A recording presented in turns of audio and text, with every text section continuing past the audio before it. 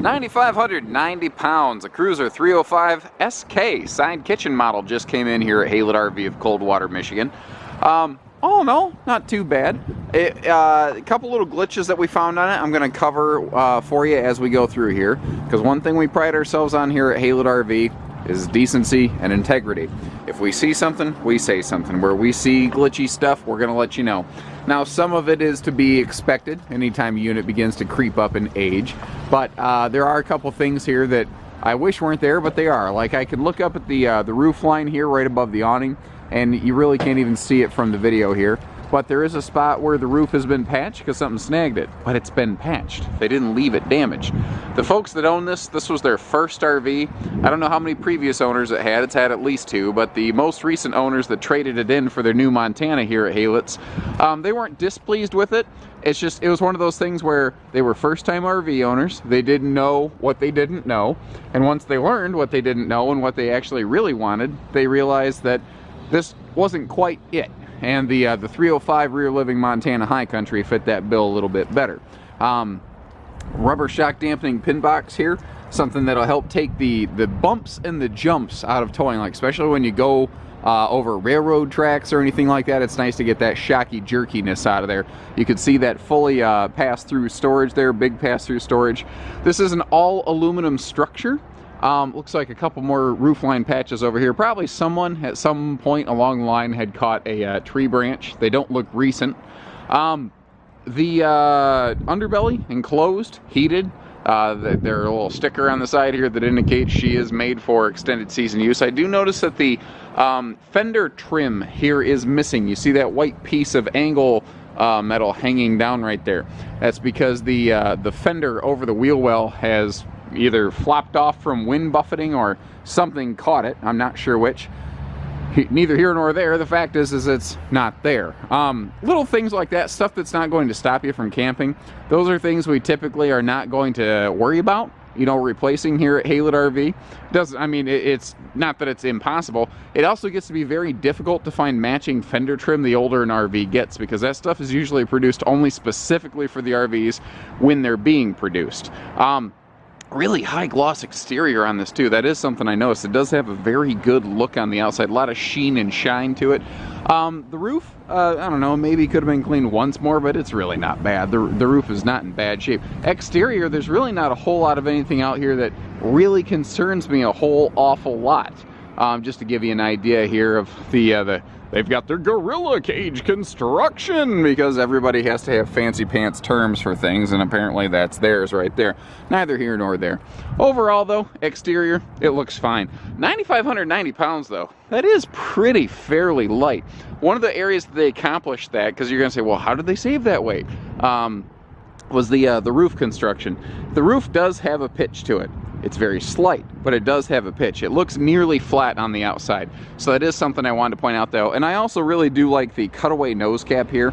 If you've got a shorter bed pickup truck and the budget for a proper slider hitch just isn't there, and sometimes you don't need them. Every truck hitch and trailer combination is like a fingerprint. They all look the same at a glance, but none of them are identical. Let's take a look inside. As I was stepping in here, I actually got a little update from my sales manager who went through this one when it came in on trade. The previous owners actually went through and had replaced all the slide seals. That's an awesome thing, and that really, it translates right into when I said, you know, there's a couple glitches with this one, and I'm going to go out of my way to show you those, translates right into that. So real quick, before we get too far along, let's get the elephant out of the room. On the front side, toward the nose of both slides, you can see what looks like these little braille bumps. Those are mold spores in the walls. Don't get me wrong, I'm not stoked about this. It's you know, not anything any dealer is happy to see.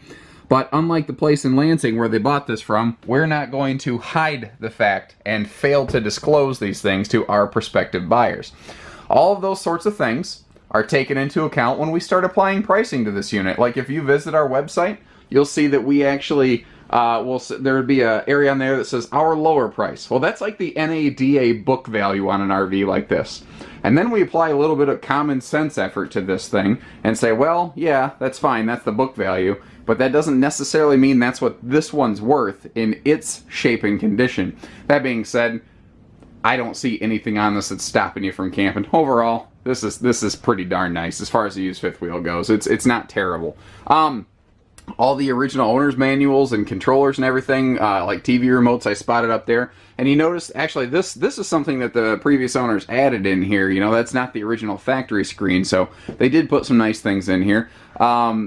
DVD, CD, stereo, inside-outside speakers. That I like this rear stool back here, and that's actually mobile. I mean, it looks the part. It matches everything, but I think this is probably something somebody added aftermarket because it's actually floating, but it fits against that rear wall between those chairs perfectly. You just want to slide those chairs sideways when you close up the slide. So all your windows have big day-night shades. Again, all seals replaced on all the windows. Central air, central heat. All the windows open for airflow. I don't know if I mentioned that. I'm just trying to rattle off a bunch of things as I see them here. This is going to be your old traditional inner spring hide-a-bed. Not super comfortable, but grandkids' bones still bend. And you don't want adult guests staying too long and getting too comfortable anyway, now do you?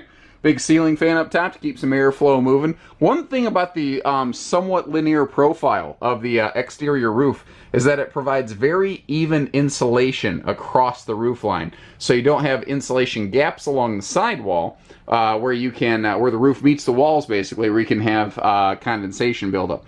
Now this kitchen's deceptively big because you want to look at it in parts. You want to look at it in this part, and then you want to look at it in this part. But in reality, if you take a step back, it's just one big kitchen. Part of it's in the slide, part of it's not in the slide.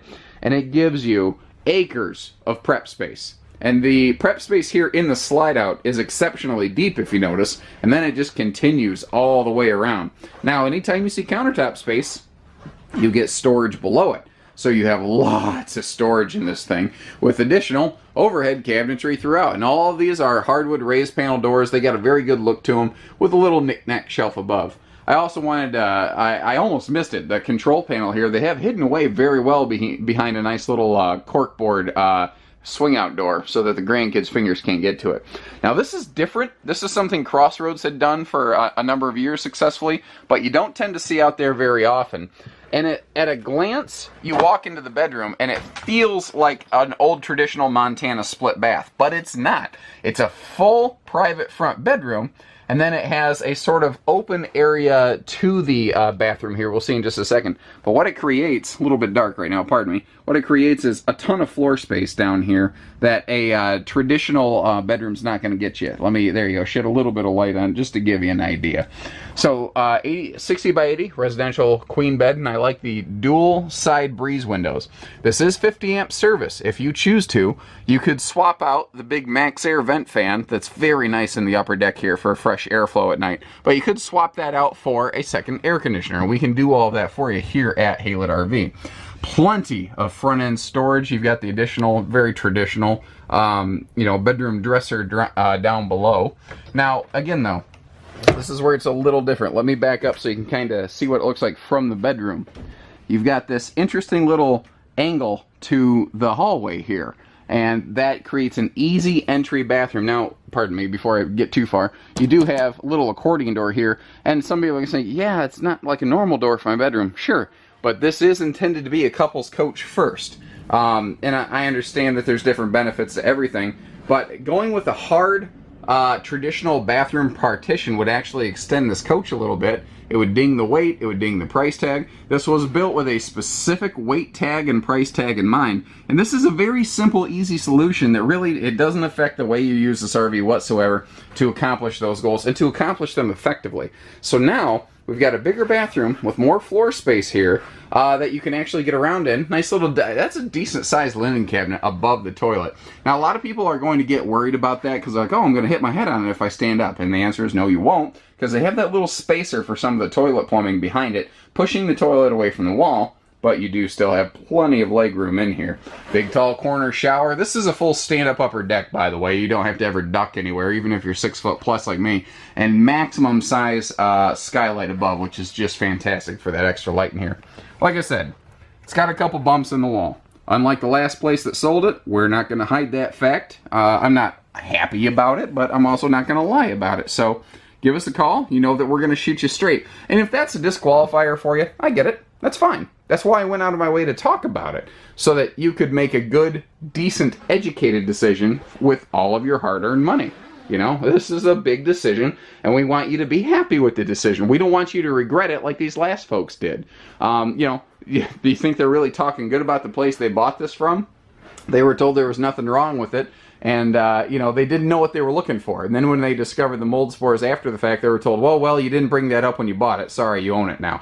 That's just not the type of business we do at Haylett RV. So if you're looking for simpler, decent, straightforward, honest, I don't know how much more honest we could be. So take care, stay safe, have fun, and happy camping, everyone.